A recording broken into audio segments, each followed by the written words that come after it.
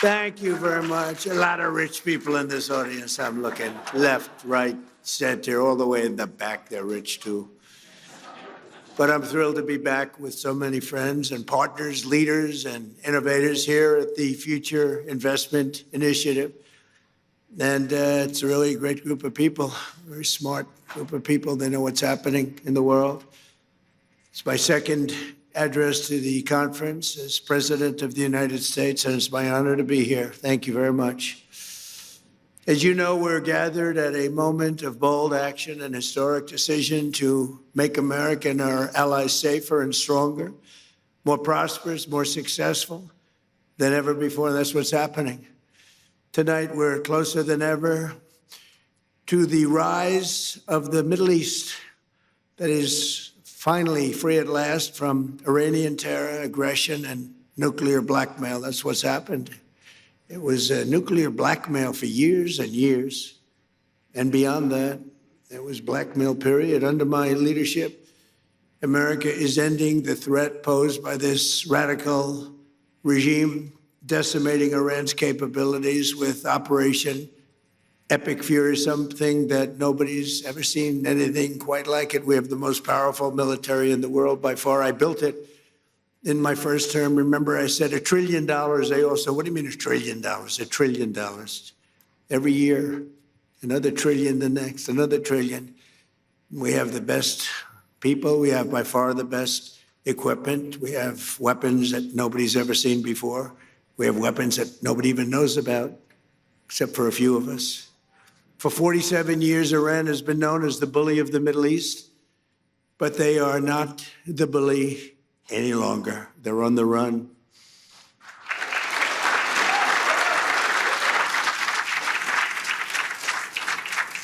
Last June, America's armed forces obliterated Iran's key nuclear facilities in one of the most spectacular military actions of all time. Nobody has ever seen anything like it. In the dead of night, no moon, 1 o'clock in the morning, we went in. It was called Operation Midnight Hammer. And every single one of those bombs hit their mark. Air shafts. They will never build an air shaft again, I promise you that. They went right down that granite mountain through air shafts. Most incredible technology you've ever seen, that a thing like that. And it was decimation, it was obliteration. One of the networks said, well, maybe it wasn't that bad. It was that bad. It turned out to be even more than we thought. But after that attack, the Iranian lunatics refused to cease their pursuit of nuclear weapons. And I have to say, before that, Barack Hussein Obama, did you ever hear of him? Barack Hussein Obama, he had the Iran nuclear deal. He went to Iran. He paid him. Remember, he sent two Boeing 757 jetliners. They took the seats out and they piled it with cash, like 1.7 billion of cash. That's when I realized the president is very powerful. The presidency is a very powerful thing when you can do that. I haven't done that yet. I haven't found a reason to do that yet, but that's big. 1.7 billion in cash. You know, there wasn't a bank in D.C., Virginia, or Maryland that had any money after that disaster. But they sent the cash to Iran. But more importantly, they signed an agreement, the Iran nuclear deal, which if I didn't terminate it in my first term, I terminated it almost immediately. If I didn't terminate it, they would have had a nuclear weapon long ago, and they would have used it on the Middle East, Israel, and the Middle East. And you know the Middle East because when you look at all the missiles that got fired, UAE had 1,500 missiles shot at it. They didn't think they were going to have any. Saudi Arabia didn't expect to have, I mean, we have the most powerful Saudis. Oh, Yasser, you are so powerful. But Yasser, you didn't expect any missiles going to Saudi Arabia. They didn't expect them in Qatar. They didn't expect them in Kuwait, in Bahrain. The missiles rained down on you. They were going to hit you with nuclear or whatever they had. But we stopped it. We stopped it. We stopped it with him. And then there was a big moment also in my first administration when I took out Soleimani. And a lot of people think that might have been the biggest thing of all because he was a mad genius. He was a vicious, horrible human being, but he was a great general and a great leader, if you define a leader in a certain way, very very powerful leader. In fact, he was so powerful that I really think that the leadership of Iran was extremely happy when I took him out, but they don't say that, but nobody's going to be asking him anymore because they're not here either. But getting the termination and terminating the Iran nuclear deal that was done by Biden and Obama, I would say mostly Obama. Actually, I don't think Biden knew where he was then, too. He had no idea. If you said to him, the Iran nuclear, what's that? But there was 4 years of hell we had with this guy as our leader, I'll tell you. And then we hit him with the B-2 bomber, so we did it twice. But if they would have had a nuclear weapon, it would have been a whole big deal, and I wouldn't be here right now, and probably you guys wouldn't be too happy. You might be in an area, who knows where you would have been. But we did it twice. And I really believe we saved the Middle East. We saved not just Israel, we saved the Middle East. And it was proven by all those rockets that fired down upon you. Saudi Arabia got hit a lot. You all got hit, and nobody expected any missiles to be wasted. You would have thought they were only going at Israel. They weren't. As President of the United States, I would never allow the world's #1 state sponsor of terror to obtain a nuclear weapon. I said that for a long time. And I didn't. To defend America and our allies over the past 27 days, the U.S. Armed Forces, most powerful in the world, have been annihilating Iran's military capacity with force, precision, skill like the world has never seen. It was violence, actually, really violence. We're crushing Iran's currently, as we speak. I just looked. We had another big day. We hit them. They don't know what's happening. Remember this. They lied about 3 days ago. I said, yeah, we're negotiating with Israel. We are not negotiating. They're being hit so hard, anybody would be negotiating. They are negotiating. They're begging to make a deal. They're begging to make a deal. Turned out I was right. They were negotiating, which they admitted 2 days later. And in order to make up for their misstatement, they said, we're going to send you 8 ships of oil. And the following day I saw, this is 2 days ago, I saw on one of the networks, very strange, there were 8 ships of oil coming out of Iran. And then they actually said, we're going to add an extra 2. And they added an extra 2, so we had 10 ships. And then people realized we were actually negotiating. And we're negotiating now, and it'd be great if we could do something, but they have to open it up. They have to open up the Strait of Hormuz. Excuse me for this. I'm so sorry. Such a terrible mistake. The fake news will say, he accidentally said, no. There's no accidents with me, not too many. If there were, we'd have a major story. No, well, we had that with the Gulf of Mexico. Remember the Gulf of Mexico? And one day I said, why is it the Gulf of Mexico? We have 92% of the area around it. They have 8%, really less than 8%. But for 350 years, it was called, they were there 100 years longer than us, Mexico. They're at 350, we're at 250. And I said, often asked myself, why do we call it the Gulf of Mexico? It seems like we dominate. Well, when I checked, it was more than 92%. So I announced, I wouldn't say Mexico was thrilled, but I announced that from now on, the Gulf of Mexico is going to be called the Gulf of America. And it took about 1 hour, and it was done. Everybody, the president called me. She's really a nice person, too. I like her a lot. She called up. She had the most beautiful voice. She's a very elegant woman, has a beautiful, beautiful voice. She goes, President, tell me, this is not so. No, it's so. Oh, it's so. And then Google Maps changed it. We won the court case in about 1 hour, and Google Maps changed the name. And it's now the Gulf of America, which it should be, in all fairness. We're crushing Iran's weapons stockpiles, destroying their missiles and drone factories at levels nobody ever thought was possible, and turning their defense industrial base into nothing. Iran's navy is gone. It's all sunk at the bottom of the Gulf and elsewhere. Did you see the attack submarine that we have, one after one of their boats? It was called the Soleimani. It was the pride of their fleet. But this attack submarine goes like 60 miles an hour. I'd never saw anything. And it caught them in about 2 minutes. And that was the end of the Soleimani. Now, then they're 100% dead. They have 22 mine droppers. They go on mine droppers. And the mine droppers, 22, all 22 are gone. So I guess they can drop mines, but they're going to have to take them out by a rowboat because they don't have any boats. Their Air Force is dead, totally, completely dead. It's out of business. No planes left at all. Their anti-aircraft and communications capabilities are totally dismantled and dead. And their leaders are all dead. Other than that, I think they're doing quite well. No, their leaders are dead. Their supreme leader is no longer supreme. He's dead. The son is either dead or in very bad shape because nobody's heard from him. I think he says, just keep me out of this. This is the only country where nobody wants to lead. There's nobody. Who would like to lead Iran? Please raise your hand, a big audience of distinguished. Who would like to be our leader? Dead silence. Nobody wants to lead. Now, we have an amazing military. We have the greatest intelligence apparatus that anybody's ever seen. We can tell you everything that's going on. We know everything that's going on. We're achieving each and every one of the military objectives 4 weeks ago. And we're doing it. We're not into it very long. We wouldn't have thought we would have been. We knew it was going to be easy. We call it a military operation. We don't call it a war. We call it a military. We don't call it a war. We call it a military operation.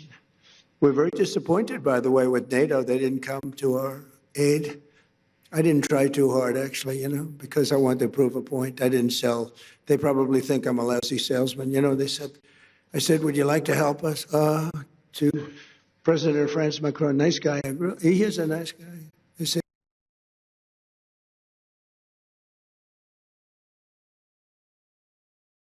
before we start. And UK, our longest ally, nobody ever thought this was possible. I said to the Prime Minister, I said, Mr. Prime Minister, we'd like you have 2 aircraft carriers. They're little ones. They're not very good.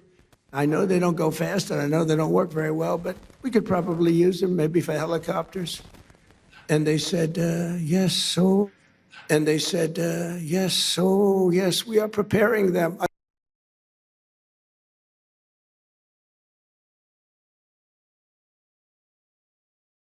We will be there.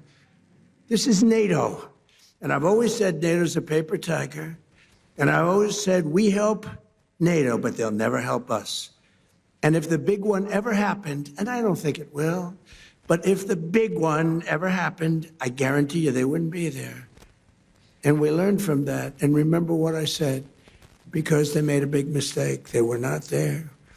The Chancellor of Germany, these are all friends of mine, Friedrich, the Chancellor of Germany, he said, this is not our war. We have nothing to do. Well, Ukraine's not our war, but we helped them. I wouldn't have had to help. If I were president, that war would have never happened. But we had a man of a very low IQ as president, and he had no idea what the hell it was. I was listening to him talk. I said, he's forcing an issue that's going to be trouble, and it turned out to be trouble.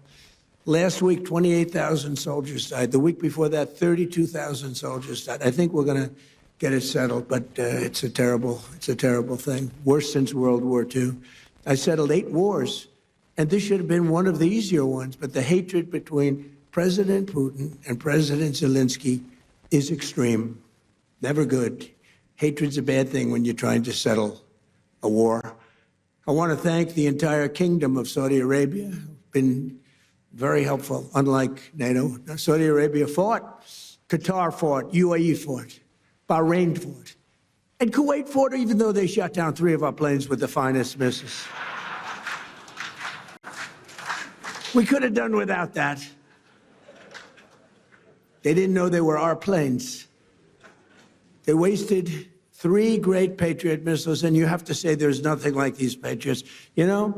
We had an attack of 101 a few days ago. 101 missiles shot at a very valuable thing that we had floating on the water, namely an aircraft carrier, biggest in the world. And they were shot, 101, going 2,500 miles an hour. And out of the 101 missiles shot, 101 missiles were shot down and spread out all over the sea. Pretty amazing. That's called incredible technology, right, Steve? That's called great technology. Think of it, 101 missiles going 2,500 miles an hour. You don't have a lot of time.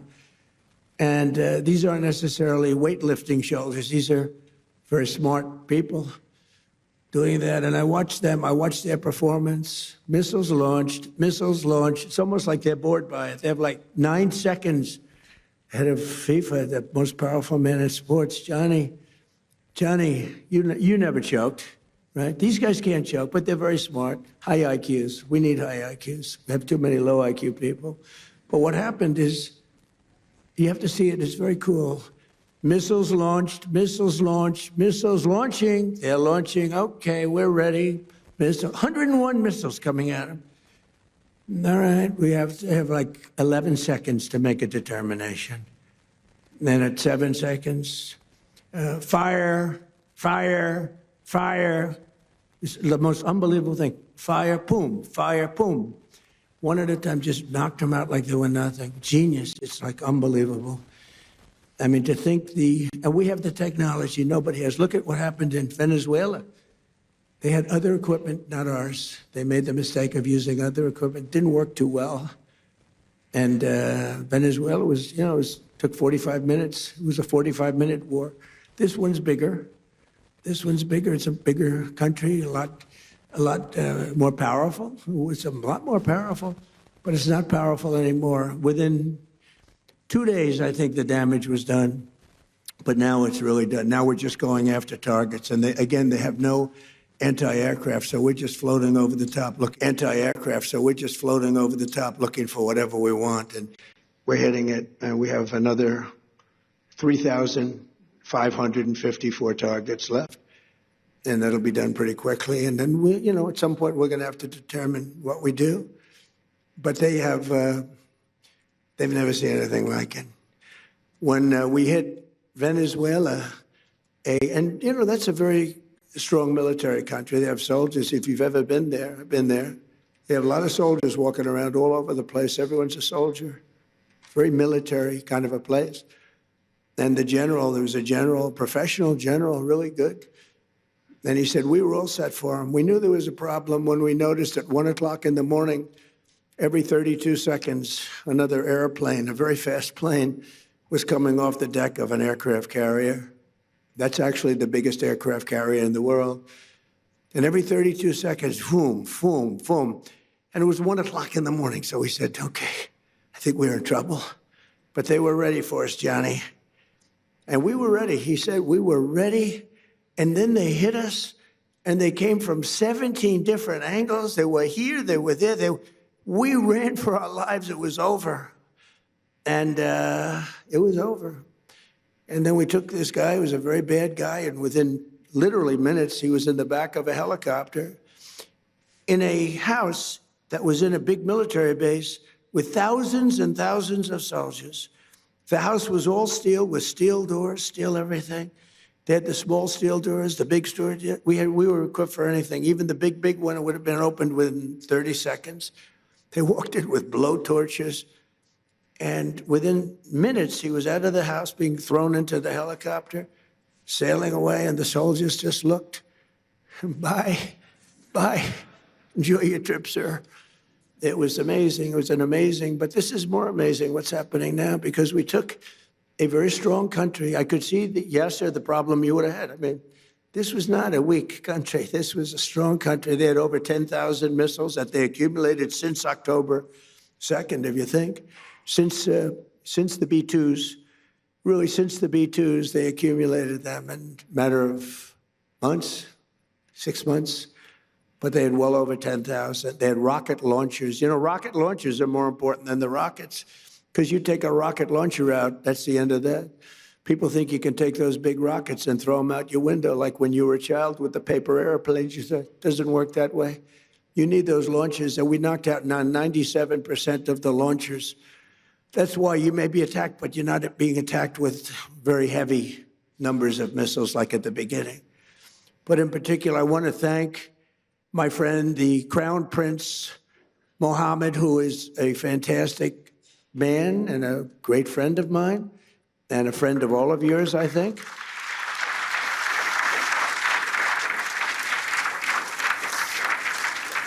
And he's a warrior. He's a warrior. He was not afraid of this country that, frankly, he should have been afraid of because they're very powerful. I want to thank Tamim, because Tamim is, these three people have been unbelievable. Tamim, and then UAE, Mohammed. These are three great people. And they were under tremendous attack, unexpected attack.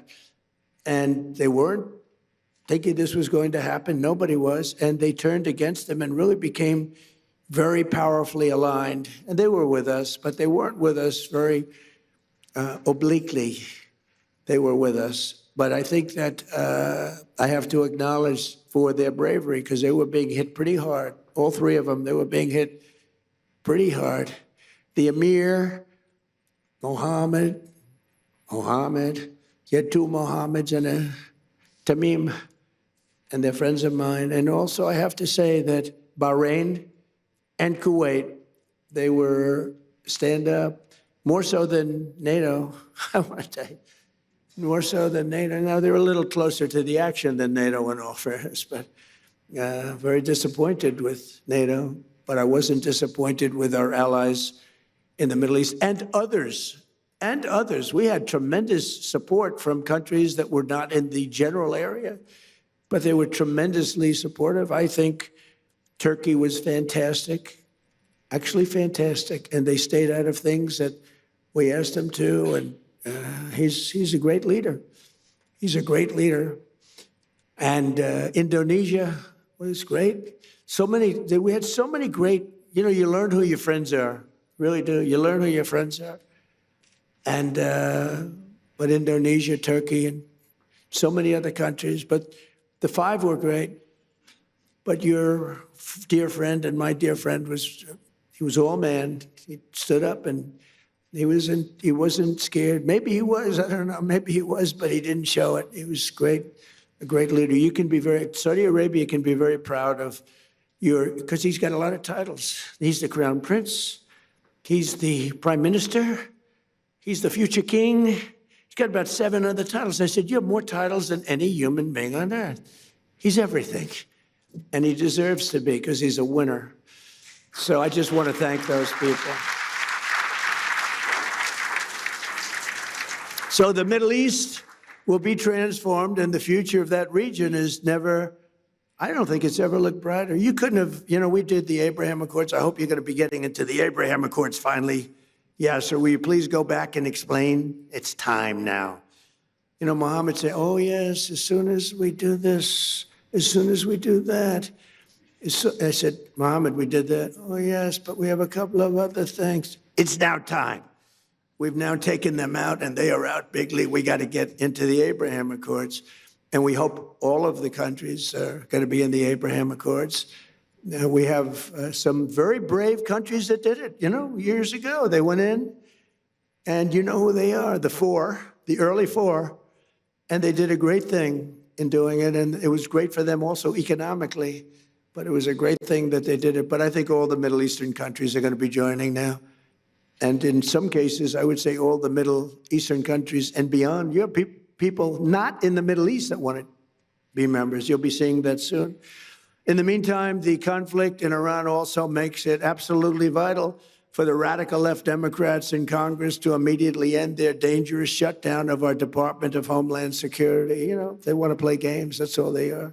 These people are lunatics. They sort of remind me actually a little bit of Iran. They're deranged. They're deranged Democrats. For 42 days, they've tried to completely eliminate funding for the #1 duty of government, which is keeping America safe. And they want no ICE. They want no Border Patrol. They want no protection of any kind to be given, reopening our borders and stopping all immigration enforcement in our country. They want to have our borders be open again.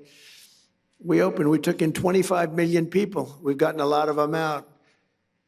Tremendous numbers of people that should never have been here. Over 4 long years before my election, these same radical, lunatic Democrats let 25 million people pour across our borders like they were nothing, like they were non-existent. These people were totally unvetted, unchecked, including murderers, drug dealers, gang members, vicious criminals, even the criminally insane. In 2024, the American people voted in a landslide to stop the invasion of our country. And I won all 7 swing states by millions and millions of votes. We won the Electoral College by a massive number. We won the popular vote, millions and vote, just millions. This was a big election. I loved every minute of it.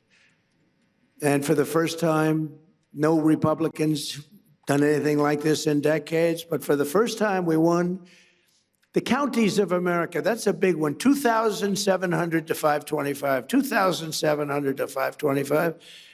87% of the vote. We won 87% of the counties. In other words, it was a mandate like our country has not seen in many decades. It was a mandate for an ideology, which is an ideology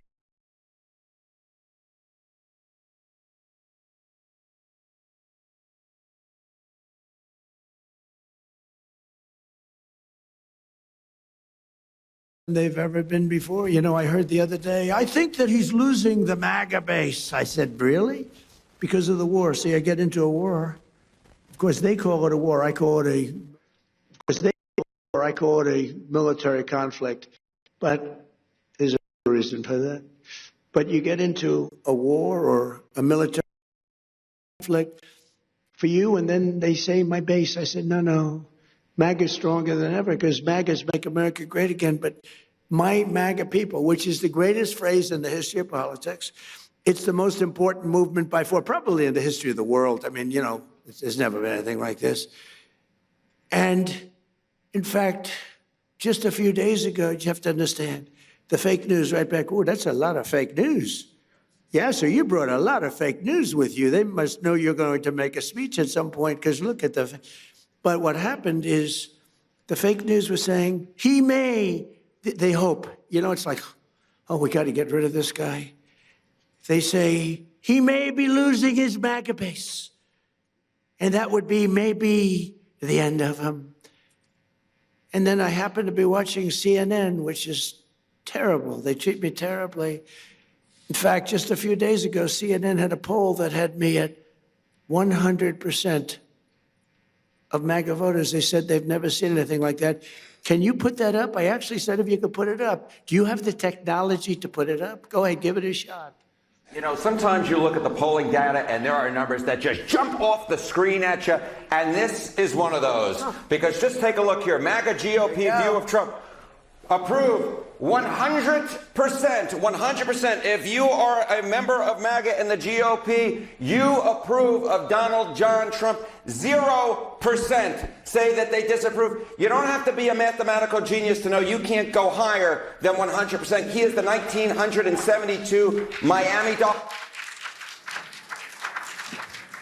Good technology, thank you. I figured you'd have good tech. I said, I wonder if they could put that poll up. We just did it 2 minutes ago. No, but I was watching this and I'm hearing them saying, could he be losing the MAGA base? I don't think so. You know why? Because MAGA wants to win, number one. Number two, they want our country protected. They don't want another country out there that's hostile and crazy to have a nuclear weapon. And number three, they like us protecting certain allies, whether it's Israel or Saudi Arabia or Qatar or UAE, any of them. They want that. MAGA wants strength and they want victory. They want success. And that's what we have. And we have been very, very successful. You know, when I went into Venezuela, I said, because I campaigned on the fact peace through strength, you wouldn't have to use it. I said, you'll never have to use it. But sometimes you use it. And Cuba's next, by the way. But pretend I didn't say that, please. Pretend I didn't say that. Please, please, please, media, please Disregard that statement. Thank you very much. Cuba's next. So despite the radical left Democrat shutdown, we will continue to defend the sovereign borders of the United States of America, and we'll defend our allies. And your ally, you didn't know they were that tough, did you? You didn't know. They were pretty tough, Iran. Not tough anymore. Now we'll continue to deport dangerous criminal aliens from our country. Just days ago, an 18-year-old girl in Chicago named Sheridan Gorman was gunned down by a savage criminal alien led in by Sleepy Joe Biden and released in a Democrat sanctuary city. He was an animal. The same month, an 83-year-old veteran, highly regarded person, was shoved onto the subway tracks and murdered by an illegal alien with a long criminal history in New York City. These are vicious criminal thugs, disgusting human beings that Democrats have defunded our airports to protect. They want our airports to be defunded so that these people can come into our country. Not going to happen. We're not going to have it. That's why this week I deployed ICE to our airports to help reduce the delays. People there are doing a great job, but they didn't want to pay them. The Democrats didn't want to pay them. And a short time ago, I also ordered emergency funding to resume paying the TSA agents immediately. They're getting paid. Democrats must stop their dangerous and destructive shutdown and reopen the Department of Homeland Security without delay. And it's time that they start thinking properly. That's why they lost in such a landslide and put America first. It's time that they start thinking about America first. And we're honored to be joined tonight by many distinguished guests from around the world, including FII Institute Chairman Yasser Al-Romayan. Where are you, Yasser? Come here, stand up. Yes, yes, please. What a nice name. What a nice name. And his son, Faisal. And by the way, I've known him really well, but you know, I've never heard his last name. So I'm saying, who the hell is Yasser? I know Yasser. I said, who the hell is that guy? But I know him by Yasser, right? I didn't know if it was your first name or your last name. All I know is he's got a lot of power. All I know is he's got a lot of cash. And he's another great leader, actually, and he's a good friend of mine. So nice to be with you, and nice to be with your son. Son's beautiful. Saudi Minister of Finance, Mohammed Al-Jadaan. Thank you very much. Thank you very much. Nice to see you again. Good job. I mean, if you want to be a Minister of Finance, Saudi Arabia is a good place to do it, right? You don't have any dearth. There's no dearth of funds. Most places, they say, where are we going to get the money? How about a tax increase? Minister of State, Mohammed Al-Sheikh. Mohammed, thank you very much. Great honor. Chairman of the Saudi Esports Federation, His Royal Highness Prince Faisal. And of course, please. Thank you. And of course, the kingdom's wonderful ambassador to the United States, Her Royal Highness Princess Rima, who's great.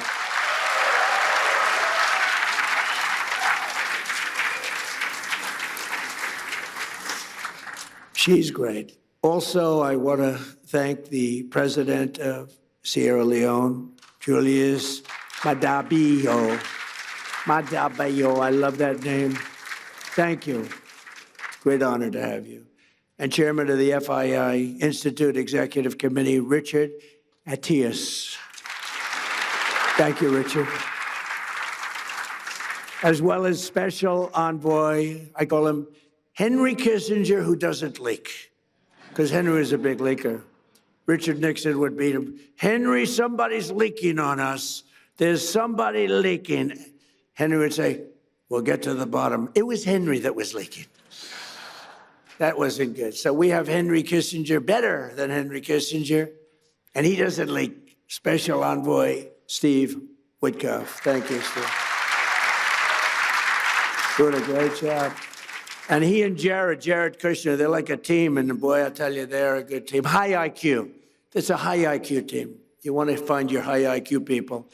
Director of the Office of Science and Technology Policy, Michael Kratsios, a Greek individual. Where's Michael? He was at the Greek event. Hi, Michael. He was at the Greek event yesterday, so I know he's Greek. They asked me, please, sir, Would you introduce Michael? CMS administrator, a phenomenal man, a brilliant man. You know, he had a show on television for like 20 years that was so great. I was on his show. He said, would you do me a favor? Would you go on my show? I said, yeah, I'll go on your show. It's a big show. It was very successful. And I went on his show, and he determined that I should lose weight. This is what I went through. He said, I think you should lose weight. I said, I don't need you saying that in front of millions of people. You don't have to tell me that. But he's a great guy, and I don't know how he ever got the job after that, but he's the most powerful man, actually. Medicine, him and Bobby, what a team. Bobby is great. He's great. Dr. Oz, you know that, Mehmet Oz. Right? And they're coming up with things that are amazing, a little out of the box, but the out of the box guys are really finding things that are amazing. Autism, that's so important to us. We want to find out why is it happening in such large numbers all over the world, but why is it happening in our country all over the world? And you're coming up with some pretty impressive studies and answers. A really good friend of mine, the president of FIFA, Gianni Infantino, and Johnny is great. You know, when I didn't get the Nobel Peace Prize, you got to understand, I don't care. Norway has lost so credible. I stopped 8 wars. I even stopped India and Pakistan. And they were going at it for a week. They had 9 planes already shot down. They were in a war. I stopped them. You know how I stopped them? I said, if you keep fighting, I'm going to put a 250% tariff on each one. No, you cannot do that. I said, I'm doing it. All right, we won't fight anymore. That's how I stopped them. I used tariffs to stop. You ever hear of anything like that? It was too much for them to bear.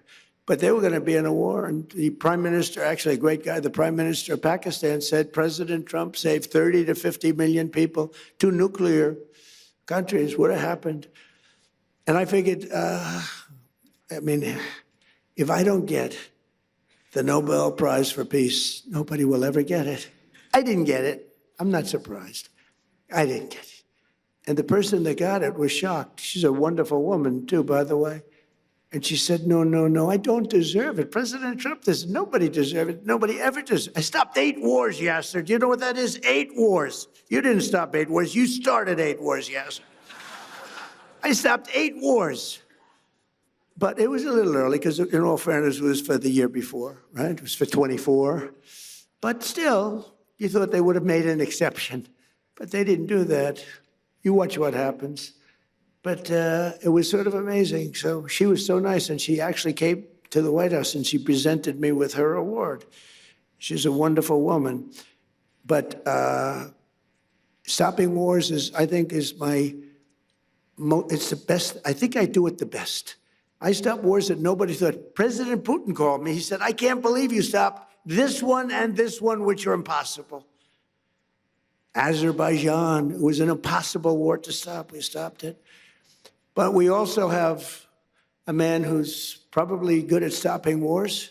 I know he's good at being a tough guy. He is a tough guy. He's been very tough on crime, and he's done a great job. Miami Mayor Francis Suarez is here someplace. Francis, hi. How are you? And we have our great son. He's got the best genes, I think, of any human being I've ever known. He's my son, Don Trump. Don. He's a great guy. And his fiancée, Bettina. Good, Bettina, good. No, my son's got the greatest genes in history. I'm a big believer in genes, by the way, I will tell you. My daughter, Tiffany, and her husband, Michael. My beautiful daughter. Great. And they have a new child, the most beautiful guy we've seen, right? Blows us all away, right? He's great. Thank you for being here. And countless other business leaders. We have so many friends of mine here, so many business leaders, but we can't go on because we have a couple of moments more to discuss the world and the economy. Over the past 14 months, the Trump administration has achieved perhaps the most dramatic one-year turnaround of any nation in all of history. A short time ago, a man that we just discussed, the king, the future king of Saudi Arabia, and I also love the king of Saudi Arabia. What a man he is. When I was there, we bonded. he would grab me to get up. He was a little frail at the time, and this was a long time ago, and he's still doing well. And he'd grab my arm to get up when I was sitting next to him. And they said that's the only time he's ever grabbed anybody. He would grab me all the time. And I said, I think he likes me. And he did like me, and he still likes me. And he's a great man, and say hello to him. He's a great guy with a great son. But a short time ago, we were together, and he looked at me, and he said, you know, it's amazing. 1 year ago, you were a dead country. Now you're the hottest country anywhere in the world. He didn't think this was going to happen. He didn't think he'd be kissing my ass. He really didn't. He thought he'd be just another American president that was a loser, where the country was going downhill. But now he has to be nice to me. You tell him he better be nice to me. He's got to be. But it was really something. He said, though, he said, you know, it's amazing, President, because he's a very smart, but a regular kind of a guy. He said, you know, it's amazing, President. A year ago, in that case, it was a year and a half. It was 6 months ago. But a year ago, you were a dead country. Now you're literally the hottest country anywhere in the world. And that was before we beat the hell out of Iran. You know, now I think he's got to say even better. I think we have to up it. But he's fantastic. And everything we do, we're working to make America the #1 place on earth to do business. We passed the largest tax cuts in American history, including no tax on tips, no tax on overtime, no tax on Social Security for our great seniors. We provided 100% expensing and bonus depreciation so that anyone who wants to build a factory can deduct the entire cost of equipment and the entire factory in the first year. That used to take 38 years to do. You'd take it little drips. Now it's done. And you know, a lot of people remember that my first 4 years was the most successful time we've ever had financially in the history of our country. We had an unbelievable success, but this is much better. And by the way, when this war ends, it's going to be like a rocket ship. I thought we were going to go down more, and I thought oil prices were going to go up higher than they are now. It's not finished yet. I'm not saying it's sort of finished, but it's not finished. It's got to be finished. And I thought that we would see a bigger drop in stock. It hasn't been that bad. You know, it's sort of crazy. I hit 50,000 on the Dow. People said that wouldn't be possible within 4 years. I did it in 1 year. And then we hit 7,000 on the S&P. People said that's even harder than hitting 50,000 on the Dow. And I did that in less than 1 year. Toward the end of the year, both of them, we broke every record, every stock record we broke. And you're big beneficiaries because so many of you invest in the United States, and keep doing it because it's going to be a rocket ship. You watch. But then I said, all right, do I have to do this? We have a country that's sick and demented, and they have a nuclear weapon, or they want to have one. They were very close to getting it. Remember, they were 2 weeks away. They were 2 weeks away. If we didn't hit that, I call it the nuclear dust. I use the term nuclear dust. If we didn't knock the hell out of them, they would have had a nuclear weapon within 2 to 4 weeks, and they would have used it on you and on Israel and on everyone else. And I said, we really do have to stop and go on a little different journey for a little while and take them out and then go back to life. And that's what we did. And we did it violently. We did it powerfully. We did it with the respect of the world. And we helped a lot of allies. And we learned about other allies. We learned that other allies weren't there. We didn't need them, but they weren't there if we did need them. And that's going to be very costly for them. The stock market has set 53 all-time record highs since the election, adding $9 trillion in value to America's savings and retirement accounts and 401ks. Everybody's benefiting by this. And more Americans are working today than at any time in the history of our country. At any time. To me, that's the #1 stat. More Americans are working today, by far, than at any time in the history of our country. And in 14 months, we've lifted 3.3 million Americans off of food stamps. That's a record. And Biden and his allies wrecked our country. They wreaked havoc on our economy, and they gave us the worst inflation in American history.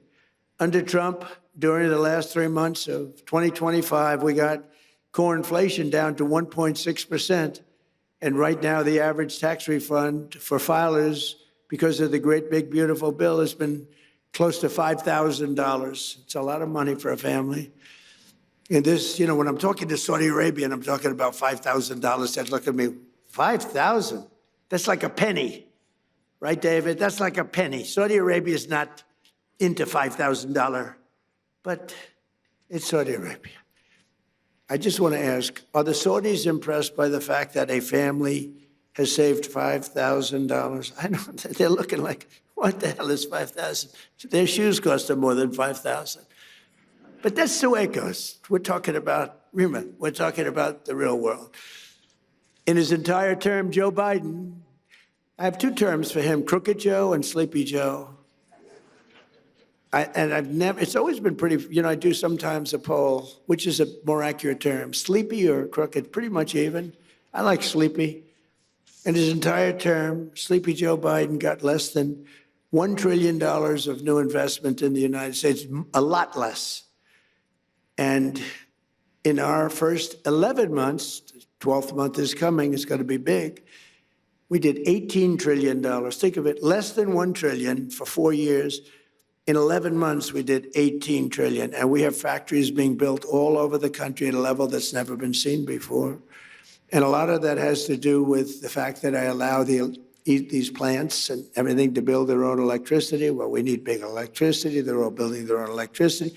But a lot of it has to do with the tax bill, a lot of them, because it's really the biggest tax reduction bill in history, the great big beautiful bill. And a lot of it has to do with the one-year deductibility where you build a plant and you take the whole thing as a deduction. I did that in my first term also, but I had it for 1 year. Now I have it for 10 years. So it's pretty amazing, and it's pretty amazing what we're seeing. But it all started with our historic visit to the Kingdom of Saudi Arabia. My first visit was to the future king. And on that first foreign trip of my presidency last May, the Crown Prince announced that Saudi Arabia would be investing an incredible almost $1 trillion in the United States, which he later increased. As just a few examples of these new partnerships, Oracle will be building a $14 billion worth of cloud computing and AI infrastructure in the kingdom. I didn't know that, David. We have to talk to your father about that. Why isn't he doing it here, David? I'm very upset with you. And by the way, David has done a very good job. David Ellis said he just had a very big win. And your father's very proud of you because your father said, that's a tough one. And you got it done. It's going to be a great success. You're going to be a great success. You're going to blow away your father. And he'll be very happy about that because he loves you. But it's a great family, great family. Say hello to him, okay? You're going to have a big, big success with the deal he made. Boeing is selling dozens of 737 airplanes in a deal valued at $4.8 billion and supporting approximately 20,000 U.S. jobs. And during our trip, the United States and Saudi Arabia, and I must say also Qatar, we visited, they were fantastic. And UAE, we visited, they were fantastic, all three of them. We took in a total of almost $3 trillion from just those three countries. But Saudi Arabia signed the largest defense sales agreement in American history, nearly $142 billion of the finest military equipment anywhere in the world. We make the best military equipment in the world by far. Nobody's ever figured out the Patriot. I mean, when you can shoot down 101 out of 101, that's good stuff, right? And those suckers are traveling at 2,000, Mr. Minister, 2,500 miles an hour. You better hope you don't have chokers sitting behind that desk. Because if they're about 1 second late, that's the end of it. You say, well, we missed them. They're coming. When I hosted the Crown Prince at the White House last fall, we officially designated the kingdom as a major non-NATO ally, first time.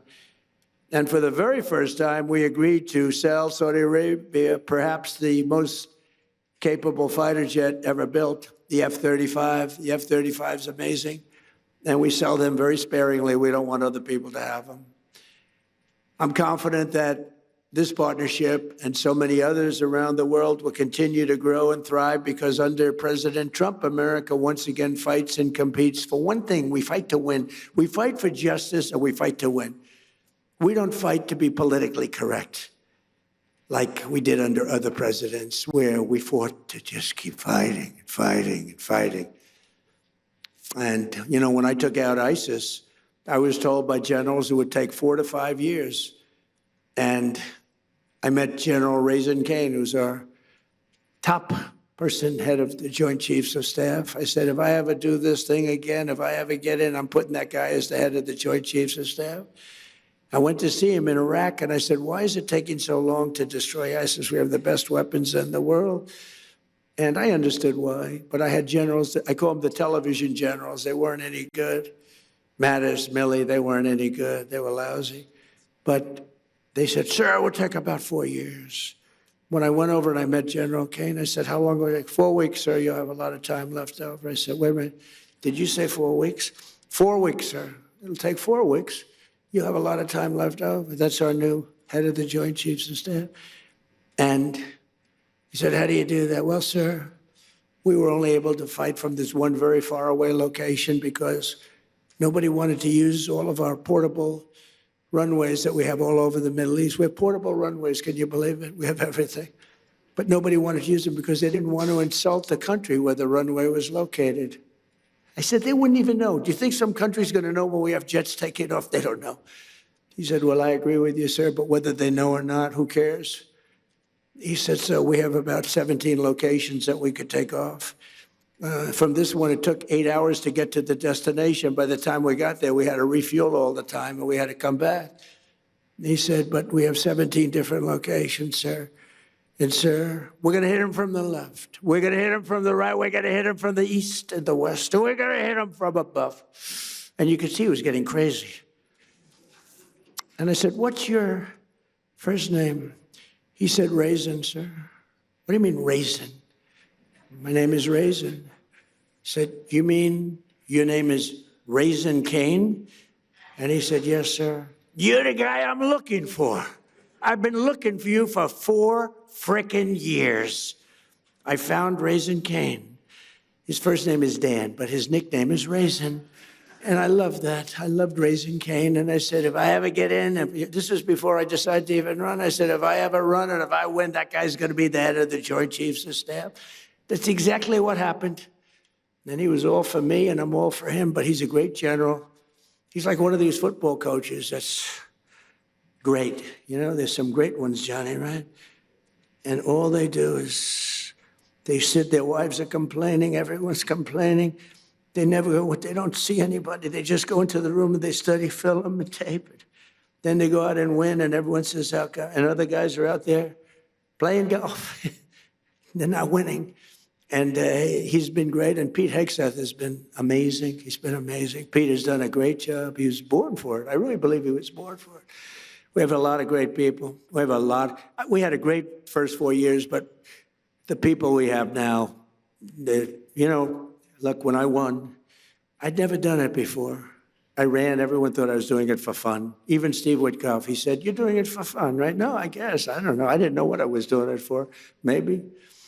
But they all said, no, he's going to run. And in September, he's going to have a lot of fun. He'll drop out. And then the debates came, and I did good in the debates. And we're knocking people off, all senators, governors, mostly senators and governors, all professional politicians, smart guys. You can't be stupid and be a senator or a governor. It doesn't work that way. Other than Biden, he got lucky.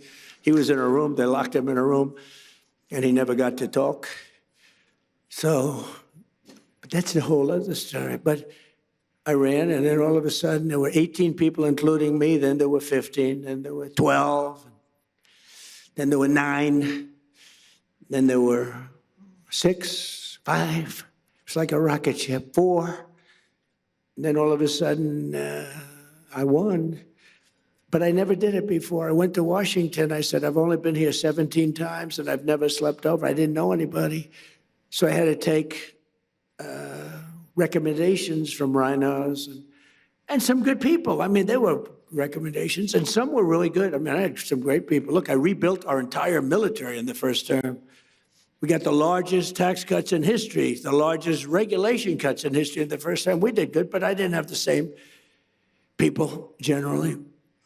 But I went home and I watched this thing closely. And by that time, I knew the good, the bad, and the ugly. I knew the good ones. I knew the bad ones. And when I came back, I picked great people. We have an unbelievable, we're talking military now, but we have an unbelievable group because I got to know it. I was never in Washington. You know, it's hard. I never ran for class president. All of a sudden, ladies and gentlemen, your next president of the United States is Donald Trump. I said, really? I never did this before. Johnny, I said, how the hell did this happen, right? But it did happen, and we had a great first term. But the second term is blowing it away, to be honest with you. It's really blowing it away. And when we decide to leave, regime change, I guess we change the regime. The regime gets blown up every 2 days. No, everybody's afraid to announce who's the head. We don't even know who the hell the leader is. So I think we have regime change already. But we're going to be, at some point, we'll be leaving. And I think you're going to see a rocket ship because we won't have that dark cloud hanging over our heads, Steve, right, that we did before, which was a nuclear-armed, sick country of Iran, because it might have affected your country, Saudi Arabia, and the others, and it certainly affected Israel more than anybody, the hatred they have for Israel, but it also affected us, because with modern-day equipment, they can fly. And how about the fact that they flew a missile 2,700 miles the other day? They didn't say they had that. Nobody knew they had that. Went 2,700 miles. So we learned a lot, but we're determined to have the best technology, the brightest minds, the greatest businesses, and the strongest economic and security partnerships of any nation, anywhere in the world. And for this reason, we're also committed to ensuring the United States remains #1 in artificial intelligence. We're doing great. We're leading China by a lot, and I'll not allow radical left maniacs to sacrifice American AI leadership to red tape or political correctness. It's going good. We're doing really well. We're building factories all over America, the biggest in the world. And in America, we don't fear the future. We invent the future. We're really inventing the future. We have the most brilliant minds. And we invite all nations to join us in building the most powerful AI ecosystem on the planet. We're building more automobile plants than any time in the last 50 years for a lot of reasons. I think #1, maybe the election, but #2, and a close #2, is tariffs. The tariffs are driving people in from Canada, Mexico, Germany, Japan, South Korea. They're coming in. We're building auto plants all over the United States, tens of billions. I met Mr. Toyota in Japan. I said, what's your name? He's about 92 years old. Sharp as a tack. What's your name? Toyota. I said, you're rich. I said, do you have anything to do with automobiles? Yes. What do you have to do with Toyota? I own it. And I said, well, do you want to make an investment? Yes, we're going to spend $10 billion, spending $10 billion right now on building 5 plants. Everybody is. They're all coming into America. We're going to be hotter than we were 70 years ago when we dominated the automobile. We made all of the cars. My administration has also worked tirelessly to ensure that America remains at the bleeding edge of crypto revolution. We're really doing great. And if we're not going to do it, then China is going to take it over. They want to do it. We're going to be the undisputed crypto capital and Bitcoin superpower of the world. Bitcoin's very powerful. It's all becoming powerful. So many people now, they want to pay you in crypto. They want to pay you in Bitcoin. And we have to be at the top of it in all of these, call it an industry.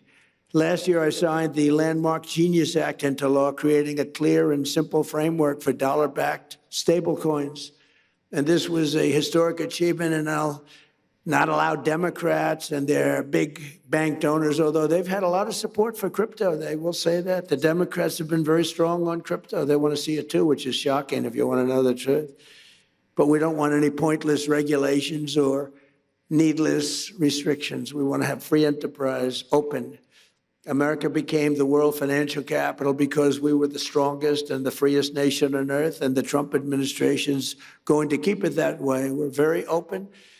And I tell people, if you have problems, call me. Call me. And some of them are amazed I actually take their call and get their problem solved. For 4 long years, our country was pushed to the brink of destruction by radicals and thugs and stupid people who punished success, pillaged our economy, dismantled our borders, and surrendered our strength. But today, all of that is behind us. Our country is prospering again, I think, like never before. I would say, you know, it's amazing. I knew I'd do it. I didn't know I was going to do it. I had no idea it was going to be this fast. But you never know. I had no idea I'd be going into Iran. I didn't think we'd have to do that. But it turned out we did, because they became more and more radicalized and more threatening. Our economy is booming again, and America is respected again all over the world, perhaps like never before. With the help of business leaders, innovators, allies, and partners like those in this room, incredible people in this room, incredible success stories, the most successful people in the world. We'll seize every opportunity, overcome every challenge, defeat every threat, and America and our allies will thrive and prosper and win like no nations have ever won before. You're going to win like you've never had before. So I want to just thank everybody very much, and I'm asked to take a few questions. And unlike other politicians, they would like the questions screened. I don't ask for screening of the questions. You can ask me anything you want. You can talk sex. You can do whatever the hell you want. I'm here for you.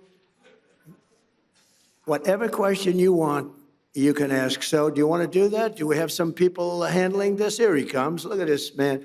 Very powerful man coming up, ladies and gentlemen. We'll take some questions. Good.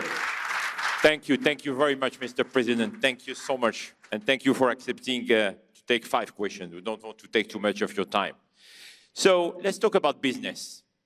In one sentence, where should the world invest in America right now? Say it, what?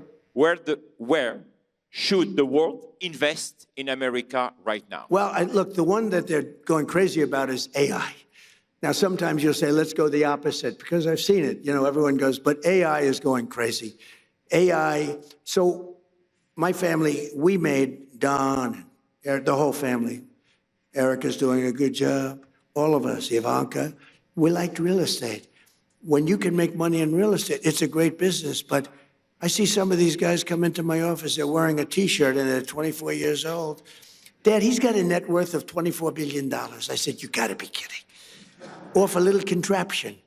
So, but the money seems to be, right now, AI. And also, if you're in school, like you're going to the Wharton School or the Stern School or any of these great schools, I mean, the numbers that they're paying to go into that business is incredible, where you see people getting a $10 million bonus to sign, like baseball players or football players. We're giving you a $10 million. I mean, I hate to say because it sounds ridiculous, but there have been some $100 million bonuses paid to sign. So I think probably if you're going to say one thing, AI, and just hope that it works, right? You better hope. So, Mr. President, what is the one leadership trait the world is missing right now? What is missing in leadership? Well, it's winning. You got to win. You know, I've watched a lot of people, leaders, great leaders. And, you know, the one thing about sports is you break it down into, you know, a 2-hour period, something nice. You don't have to wait a lifetime to find out is somebody a winner or a loser. You got a lot of losers, mostly losers, fortunately. It's a good thing to have a lot of losers. I always like to hang around with losers, actually, because it makes me feel better. I hate guys that are very, very successful, and you have to listen to their success stories. I like people that like to listen to my success.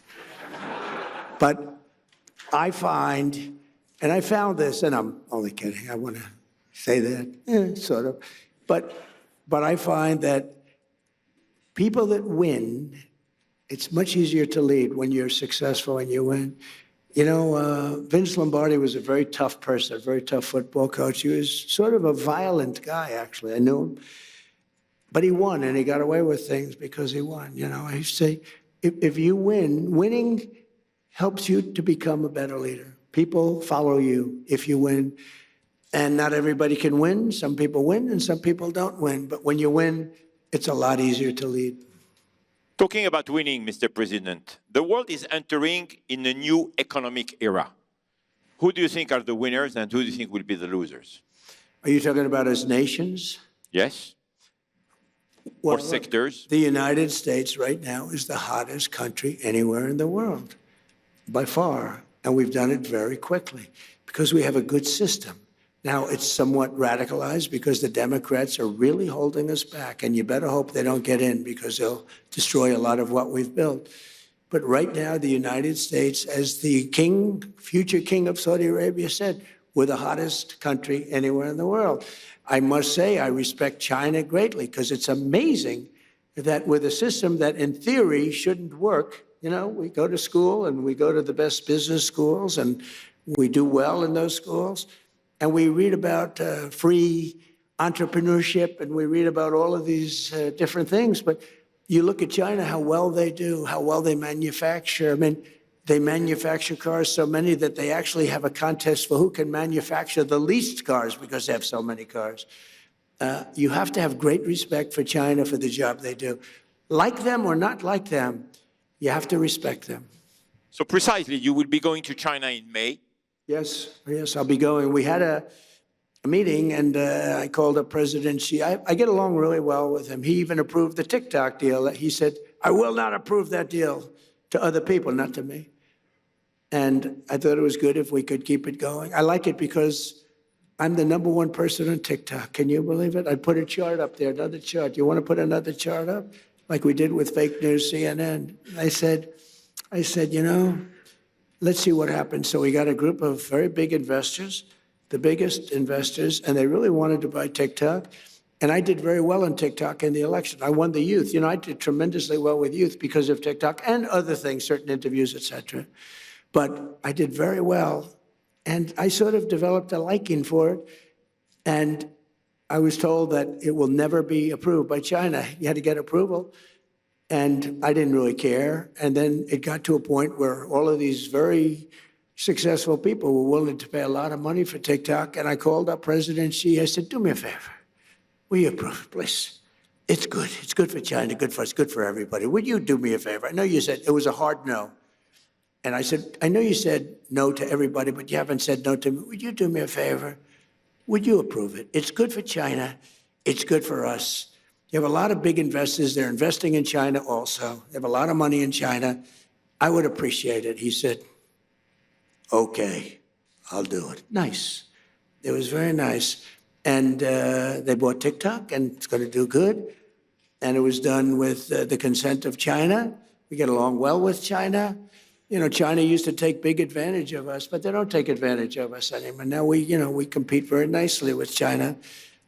We put tariffs on China. The tariffs got too high. At one point, they were up to 145%.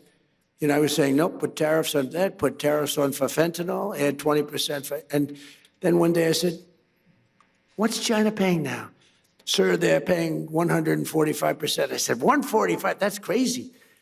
I got a little carried away. So I got them down to 100. Then I took them down a little more. And I'll never forget, I took them down a little bit from 145 to 100. And the fake news said, Donald Trump collapses in China. They're paying 100%. Nobody pays 100. So anyway, we got it down. And now we have a great business relationship with China. I've always had a good relationship with President Xi, except for the COVID situation, because I wasn't thrilled about that. He wasn't thrilled either, by the way, but I wasn't thrilled. But I have great respect for him as a leader. And we had a deal. I was going there, and I didn't want to go during the war. I said, look, you know, we have a thing called a war, or as they would rather say, a military operation. This is for legal reasons. I say military because as a military operation, I don't need any approvals. As a war, you're supposed to get approval from Congress, something like that. So I call it a military operation.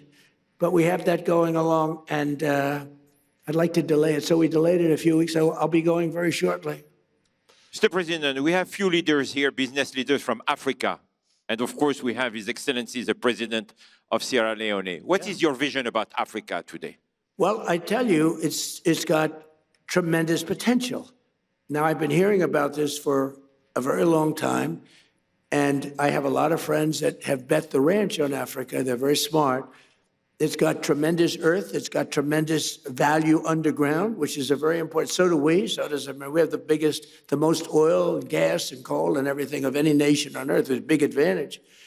But Africa has tremendous value in its land. And if they can unify and get together, I think it's got tremendous potential. I have a lot of very smart friends that they're putting everything into Africa. What do you think, Mr. President, is today the biggest mistake that leaders are making right now? Not sticking together. I think that NATO made a terrible mistake when they wouldn't send a small amount of military armament, when they wouldn't send just even acknowledge what we were doing for the world and taking on Iran. I never considered it very risky, but war is always risk. You know, a lot of strange things happen in war that are very bad, but I didn't consider it. I know how great we're the greatest military by far anywhere there was nobody close. I didn't think there was a big risk, but there's always surprises with war. They can be very bad surprises. I mean, wars are lost that should be won. Many wars are lost. You think a country is going to wipe somebody out and they end up getting wiped out themselves. So it's always risky. But I think a tremendous mistake was when NATO just wasn't there. They just weren't there. It's going to make a lot of money for the United States because we spend hundreds of billions of dollars a year on NATO, hundreds protecting them. And we would have always been there for them. But now, based on their actions, I guess we don't have to be, do we? Mr. President. That sounds like a breaking story, yes, sir. Is that breaking news? I think we just have breaking news. But that's the fact. I've been saying that. Why would we be there for them if they're not there for us? They weren't there for us. If you had one bet on the future, what would it be? That the United States will, with good leadership, remain the dominant country anywhere in the world. But you still need leadership. I mean, look at the last 4 years were so bad with the bad leader. You need leadership. And, you know, in theory, you need to have that. You need the open, fair elections. You need a free press. We have a terrible press. We have a very corrupt media. Think of it. I got 96% negative stories, and I won in a landslide. And you know what that means? That means that the media has no credibility. You can't get mostly bad stories, fake stories. They were fake. The polls are fake. That's why I appreciate that one poll that I saw up there, 100%. She's never seen 100%. Nobody has. But you have to have a free and open media. And when a media can give you 96 to 97% bad stories, they write stories about it. Trump received 97% bad stories, and I won in a landslide. And that means very simply that the media has no credibility because that can't happen. Now, I also have a voice more than most people. I can come up and talk about it and convince people without necessarily reading the New York Times, which is fake. I mean, if you read the New York Times, you would think we're doing badly against Iran. Remember, they have no Navy, wiped out. 159 ships at the bottom of the sea in 3 days. They have no Air Force, all wiped out. They have very few missiles left. Their drones are at a minimum. Their factories are gone. Their leaders are gone. The leaders are all dead. They're all dead. Nobody ever heard of the people that are left.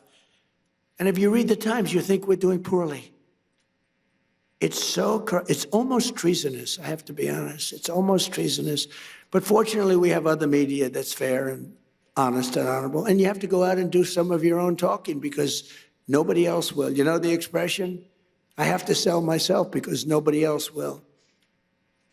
My last question, Mr. President, is the same question I asked you last year. What do you want your legacy to be? Well, I'll tell you what. So I told you that I settled 8 wars. That means millions and millions of people. And some of those wars were going on. One was 34 years, one was 32 years, one was 29 years, one was 22 years.